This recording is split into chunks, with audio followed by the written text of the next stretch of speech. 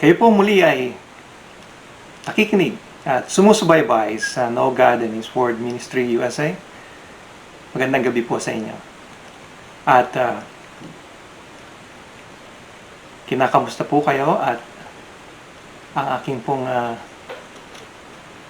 ninanais, panalangin ay kayo ay lahat ay nasa magandang kalusugan at maayos at lahat ay patuloy na nanalangin na magkaroon ng tuldok ang nararanasan nating pandemya ngayong taong ito. At sa habag, awa at kagandahan loob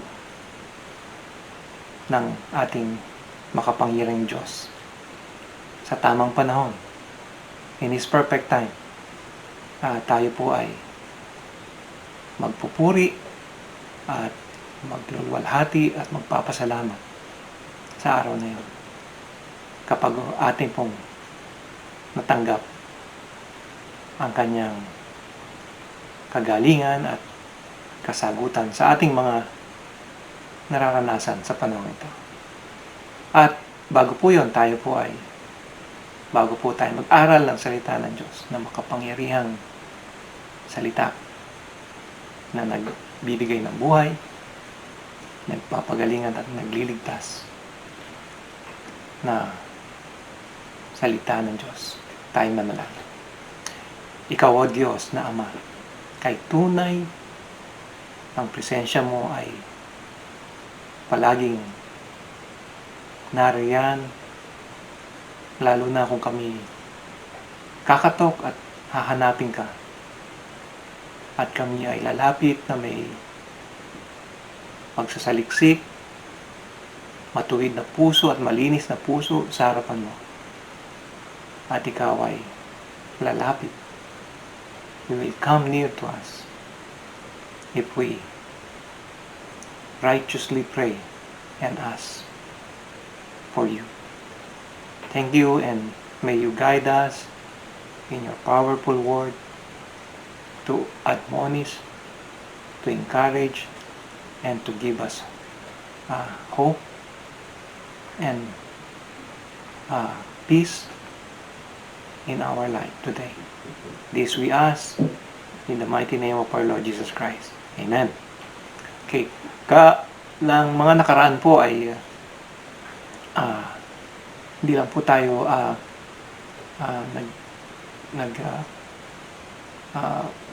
preach at hindi lang po tayo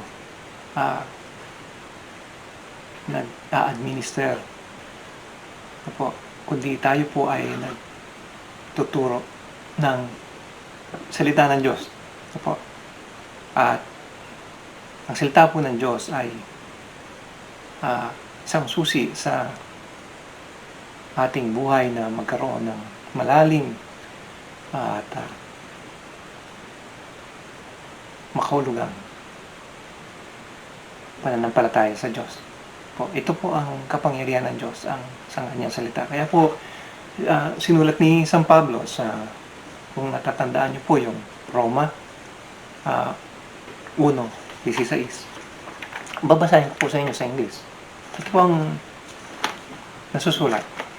Sabi po ni San Pablo sa mga mananampalataya sa mga nananahan at nasa lugar ng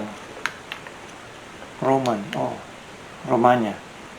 Ang sabi niyo po, "For I am not ashamed of the gospel, for it is the power of God for salvation to everyone who believes, to the Jew first and also to the Greek."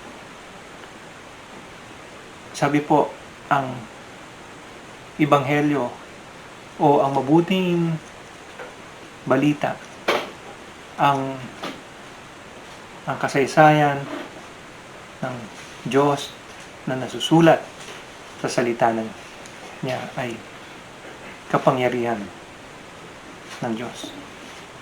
Po. At yun po ay sinasabi ng salita ng Diyos. Hindi po ako nagsasabi, ang salita po ng Diyos.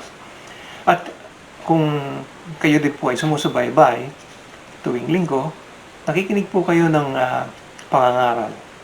At kayo po ay dinadala ng mabuting balita ng kapangyarihan ng Diyos sa salita ng Diyos. At ang topic po ay ni Pastor NJ Nicolas ay ang salita ng Diyos po.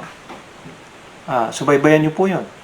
At kung meron naman kayong mga kakilala, mga kaibigan, mga nalalaman ninyong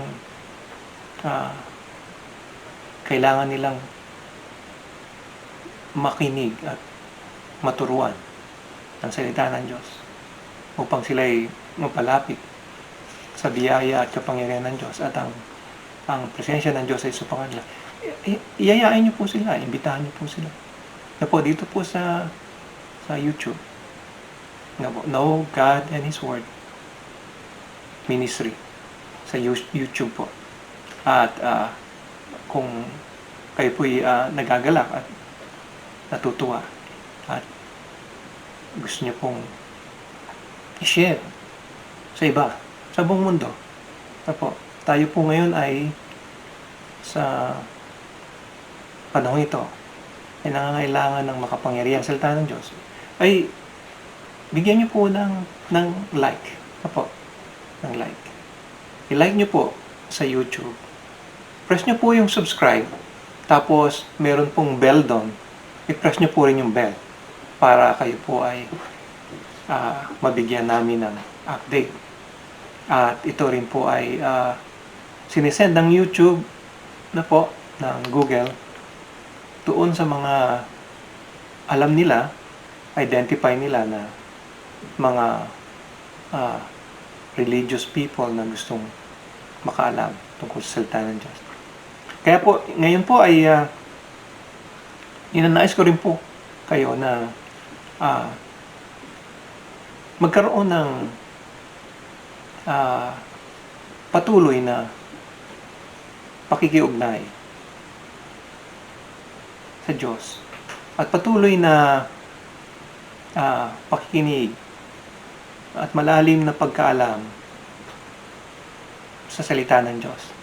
At magagawa lang po natin ito kung ang lahat po ay meron pong mataimtim na panalangin. At ang panalangin nila ay ang presensya ng Diyos ay laging sumaatin at ang ating mga panalangin, bagamat hindi natin alam kung paano hindi tayo marunong manalangin. Yun po sabi sa Lucas 11 verse 1. Hindi raw po tayo, sabi ni Jesus, hindi raw po tayo marunong manalangin. At yun po ang paksa natin ngayon, ano po ang panalangin at ano po ang magagawa nito sa ating pamumuhay at ang ating mga layunin.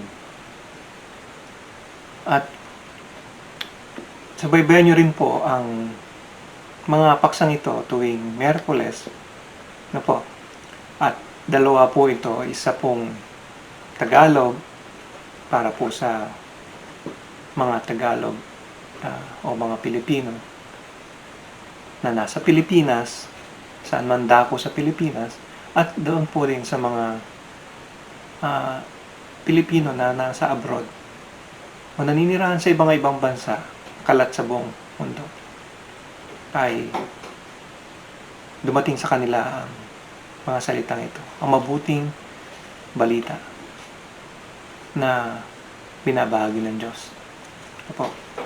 At alam ko po, marami sa atin na ang buhay ay para bang napunta ka sa isang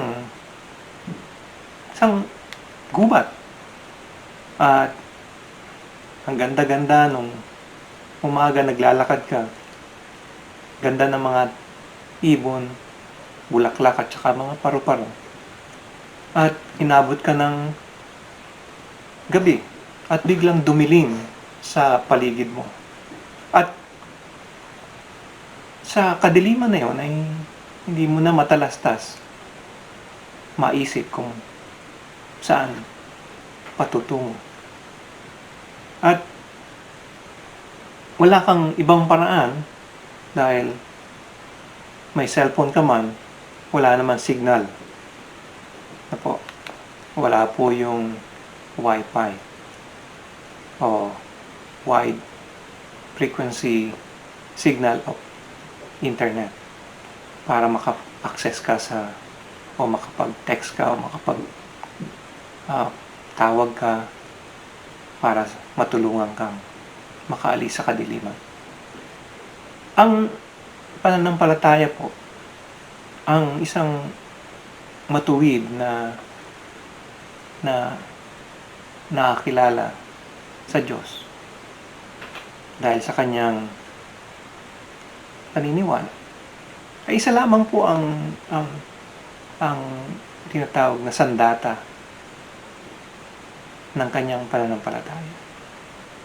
Dahil siya ay anak ng Diyos, marunong dapat siyang tumawag sa kanyang tatay, ama.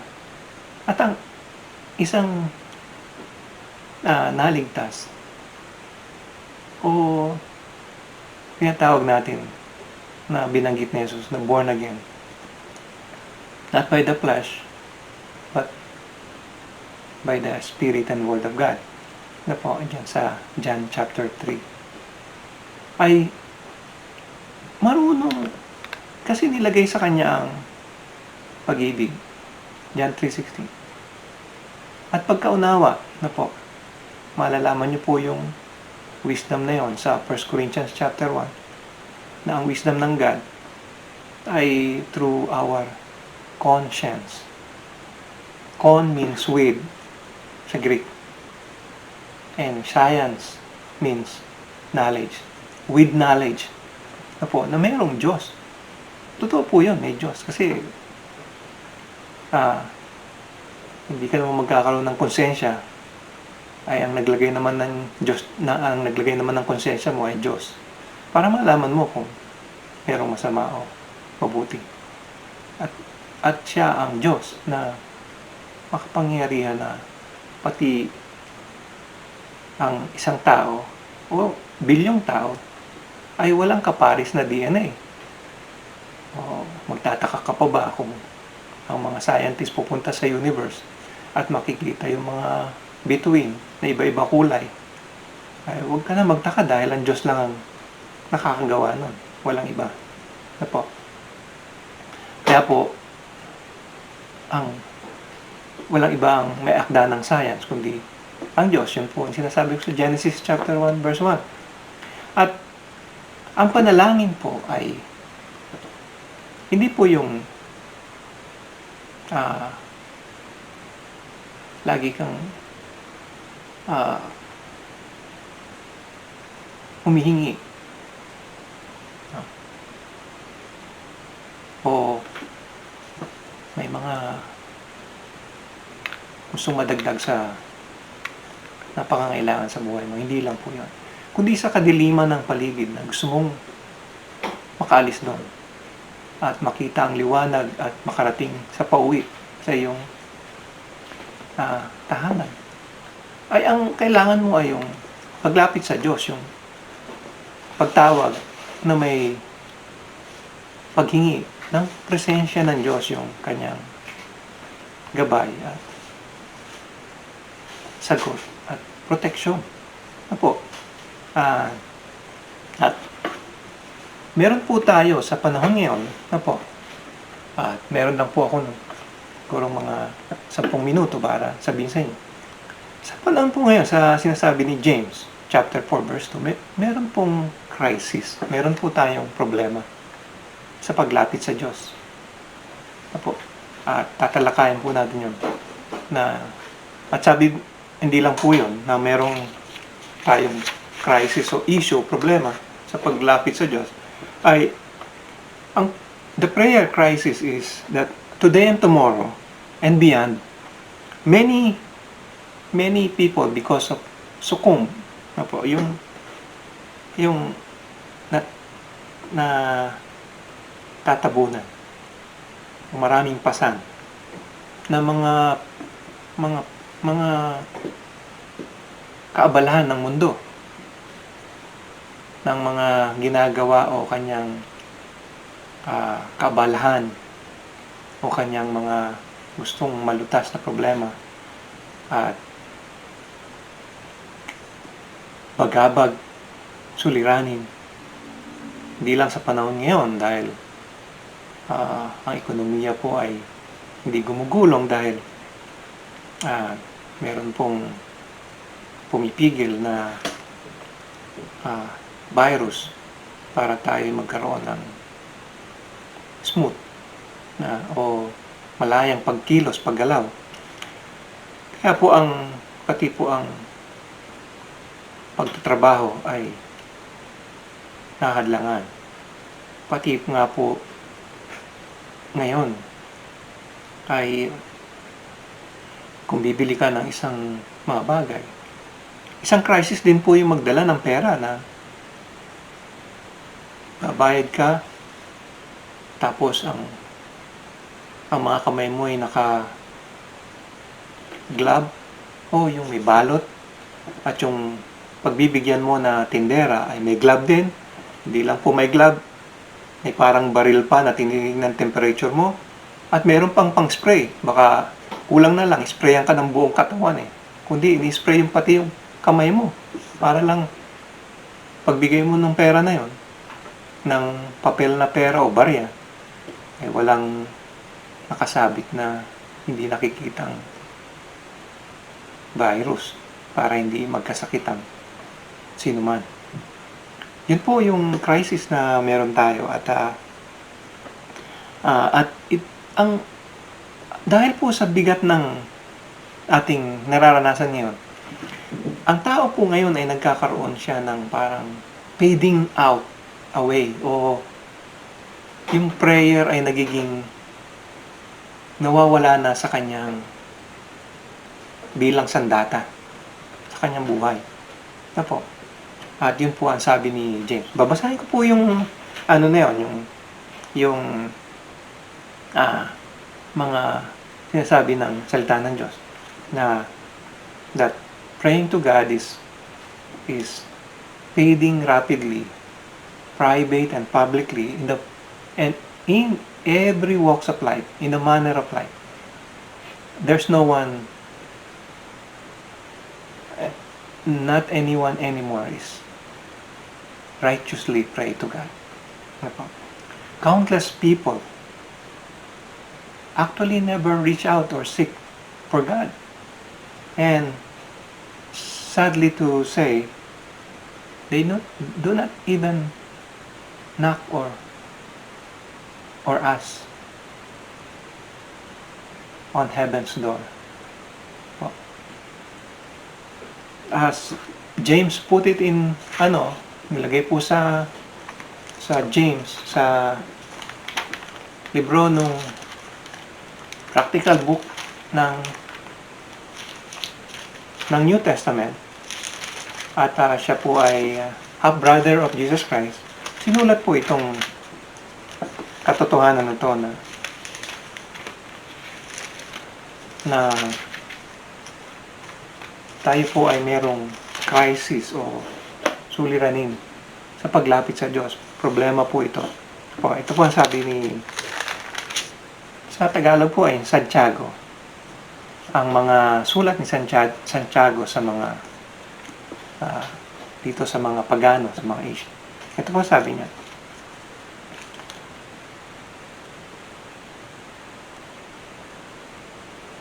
Sabi niya po sa verse 2 ng chapter 4. Ano po? Kabanata 4, talatang 2. Ito po ang nasulat. Sa English po, pabasahin. You lust and do not have. So, you commit murder. You are envious and cannot obtain. So you fight and quarrel. You do not have because you do not ask. Yun po yung isang line doon na yung crisis na yun. Apo. Maliban po doon sa mga consequences na hindi tayo lumalapit sa Diyos, na nagkakaroon ng physical, social, emotional issue. Ito pong communication issue sa Diyos. Na po, yun po yung nagiging problema. Na po, sabi niya, you do not have because you do not ask. Na po. At sa Lucas, no po, sa Luke, sa Ebanghelyo ni Lucas, si Jesus po mismo may lumapit na alagad at nagtanong kay Jesus. Sabi po dito sa chapter 11 o kabanata 11, verse 1. Ano po? It happened that while Jesus was praying in a certain place, after he had finished, one of his disciples said to him, Lord, teach us to pray, just as John also taught his disciples. So, teach us to pray. So, hindi raw ito po yung inamin mismo ng mga tao ng panahon ni Jesus, yung kanyang alagad, yung kanyang tagasunod, na religyoso silang mga Hudyo, pero nag-ask po kay Jesus Christ, teach us how to pray. Hindi po sila talaga marunong manalangin. Lalo na po sa panahon ngayon. Ano po? Marami po ang hindi ko alam paano nila nagawa iyon. Na para bang kinidnap yung Diyos. Nilagay sa kahon at gumawa sila ng sarili nilang telephone or cellphone. Para bang Samsung, iPhone, Huawei, o kung ano-anong lumalabas na mga kinahon na communication box na po. Hindi po ganoon sa Diyos. Iba po ang pakikipag-usap sa Diyos. Na po. Kaya po tatalakayin natin yun. What is prayer? And why there is a crisis in prayer. Na po. Patuloy po natin tatalakayin yan. At marami po tayong mga sa mga darating pong mga Miyerkules na pag-aaral ay isa lang po ang iwanan kong tanong sa inyo. Po. Do you really believe in the power of prayer? Po. At nais ko pong iwan sa inyo yung Psalms 34 verse 17. At i-meditate nyo po yun. Psalms 34 verse 17. Bago po kayo matulog o pagising nyo na maga, ay i-meditate nyo po ang salita ng Diyos tungkol po sa panalangin.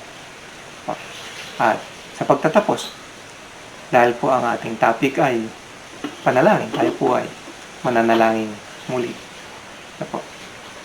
Tayo po ay manalangin. At Diyos na Ama na nangusap sa amin,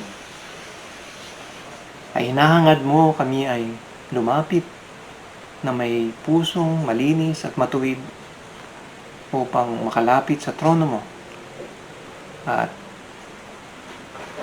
kami po ay hindi marunong manalangin, kaya hiniling po namin sa mga susunod na pag-aaral ng iyong salita, tulungan mo kami. At bigyan mo kami ng resources. Hiniling po namin ng iyong mapagpalang kamay, ang iyong biyaya, ang iyong habag, at ang iyong magandahang loob na suplehan mo kami ng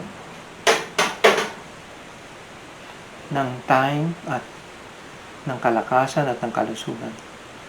At lukuban mo kami ng banal na dugo sa pamagitan ng anak ng Diyos.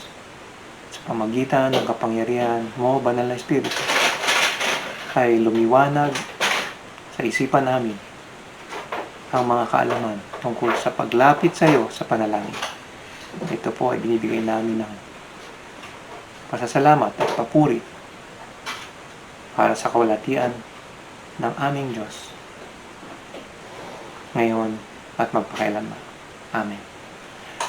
Kayo po ay nakikinig at patuloy na nag-aaral sa No God and His Word Ministry USA.